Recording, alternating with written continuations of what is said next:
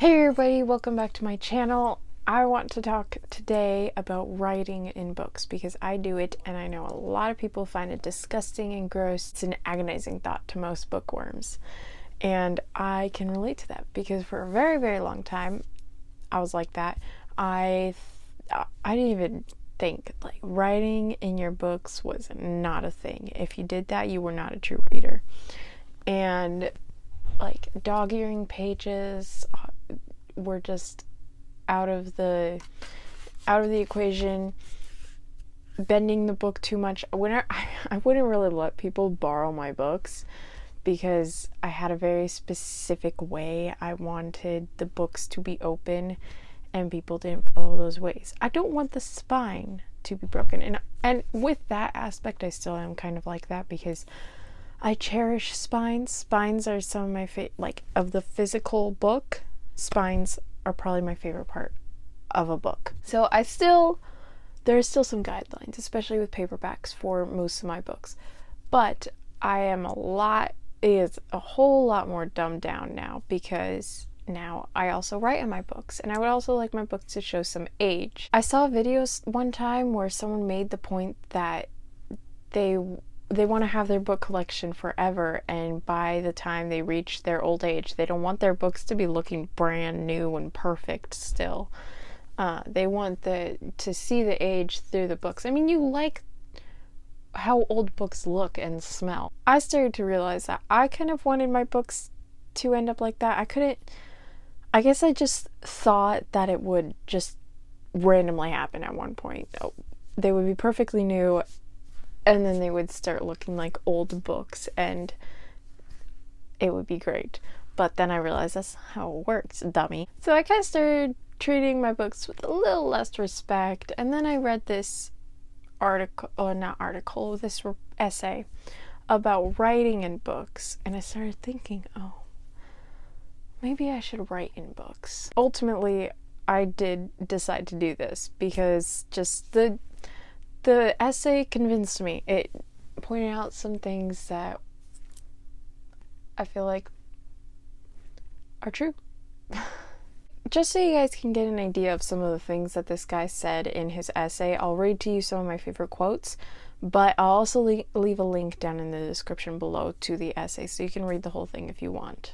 I contend quite bluntly that marking up a book is not an act of mutilation, but of love. There are two ways in which one can own a book. The first is the property right you establish by paying for it, just as you pay for clothes and furniture. But this act of purchase is only the prelude to possession. Full ownership comes only when you have made it part of yourself, and the best way to make yourself a part of it is by writing in it. Confusion about what it means to own a book leads people to a false reverence for paper, binding, and type, a respect for the physical thing, the craft of the printer rather than the genius of the author. But the soul of a book can be separated from its body. A book is more like the score of a piece of music than it is like a painting. No great musician confuses a symphony with the printed sheets of music. Arturo Toscanini reveres Brahms, but Toscanini's scores of the C minor symphony is so thoroughly marked up that no one but the maestro himself can read it. And then the rest of the article is just about active reading and the fact that when you do it, when you don't write in your books, it can be difficult to do active reading. If you are actively writing in your book throughout the whole thing, then it's a lot easier and you can comprehend so much more of the book. I also like the idea that people can go back and read my books and read my notes, and we can have conversations about it later. Sometimes, depending on the book that I'm reading, the notes can be very different. Some books I write in just random thoughts that I have during it, like just a comment I have towards the character. Sometimes it's predicting things and I'll put a little prediction in. Sometimes it's actually analyzing throughout the entire book and trying to figure out what the theme of the story is, which is what this guy is specifically talking about. I don't do that with every single book though, because that would get overwhelming, and not every single book is written for that purpose. But yeah, I let my friends borrow my books now, and I have so much less anxiety about it. And we have conversations about it sometimes. And I also really like the thought of having conversations with my friends and the people who borrow my books with the notes that I put in. Sometimes they're just little comments that they think are funny, but other times it's like analyzing the theme of the story. The rest of this video, I'm just going to be showing you the way that I write in my books. For a while, I had one set system of this is how I wrote for in every single book, and the point of doing it was to analyze the theme. But eventually I realized that this way just doesn't work. So now every single book that I read has a different way that I do it.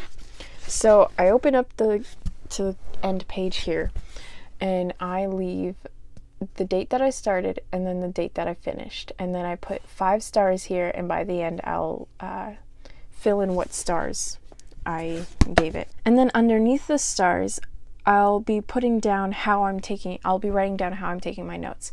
Usually by the first 50 to 70 pages I've decided how I'm going to be taking notes in this book. Sometimes they're really simple and sometimes they're a lot more complicated. Like this one, all I have is, this is The Naked Lady Who Stood on Her Head, a psychiatrist's stories of his most bizarre cases. And the only things that I took notes on, sometimes I made comments, but the main thing I took notes on was when he talked about all the science behind his discoveries and stuff. I just underlined all of those things because I'm interested in psychology. So I would like to flip through, look back and see, oh, there was a lot of underlining here. I can learn something real quick. So, and that was the point of the book, just to learn some informational things.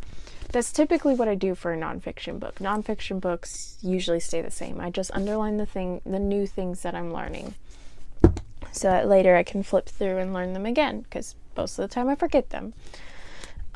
Some other things that I do is sometimes I don't really take notes. This is The Sisterhood of the Traveling Pants. How I took notes for this one, I didn't really take any notes. I just wanted to enjoy the story. I didn't really have an agenda going into it. It was just something that I was interested in reading. So there are like no notes in this book at all compared to The Hunger Games, which has, oh, I can't really see it, but it has a lot of notes. There's some. I'll show you some more with that in a minute.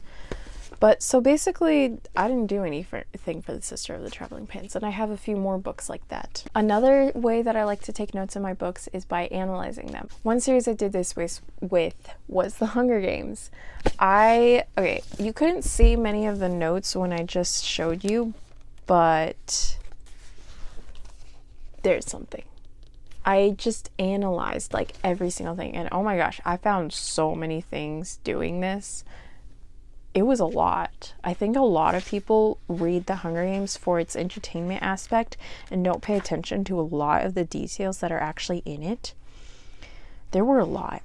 But basically for this one, I took washi tape that was black. I would put it on the scene, on the pages that I felt like had a lot to do with the theme of the story. I ended up taking notes of all the themes in the back here. Yeah, I took notes of scenes that were important to the theme, took notes of the symbolism and the different characters and things that happened throughout it. And that's what I did for Hunger Games, Catching Fire, all the way to Mockingjay.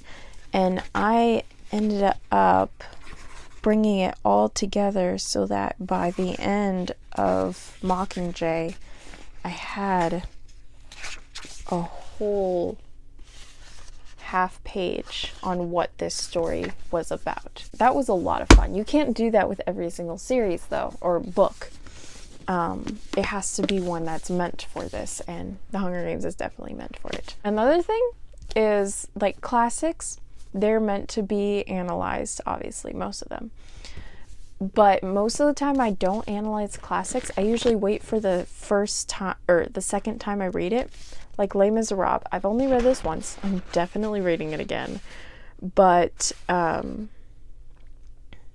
I read it the one time and I didn't really take any notes. I took notes of some things I thought may be important, but I'm saving all of my analytical notes for later on the second reread. And really that's how it goes every time. Each book is a little different.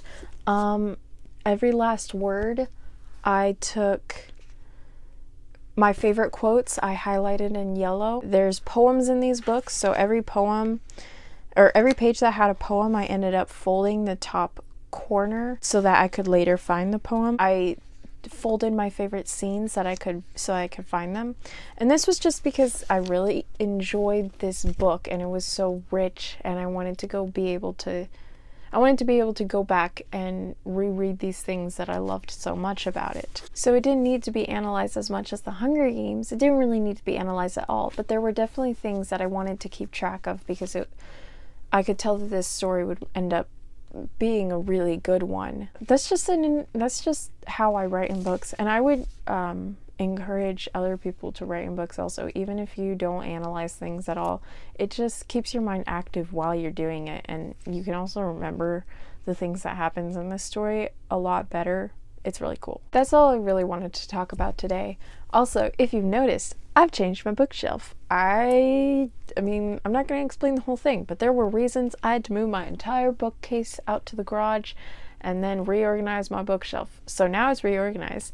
This shelf that you have behind me, it is not full because I don't have enough books. I have plenty of books. It is not full because I've decided it's my ancient Greek mythology shelf. And I find it weird that I can actually fill it up that much because I have so many ancient Greek plays and books about ancient Greece, and I have the whole Percy Jackson series, which granted, this is Norse mythology and this is Egyptian mythology, but it counts because it's tagged to the name Percy Jackson, which is originally ancient Greece. So yeah, and it's got ancient Greek poems, and I like this shelf. But yeah. So I'll see you guys later. Thanks for listening. I hope you guys go and check out that essay. It's really good. And that's it. Bye.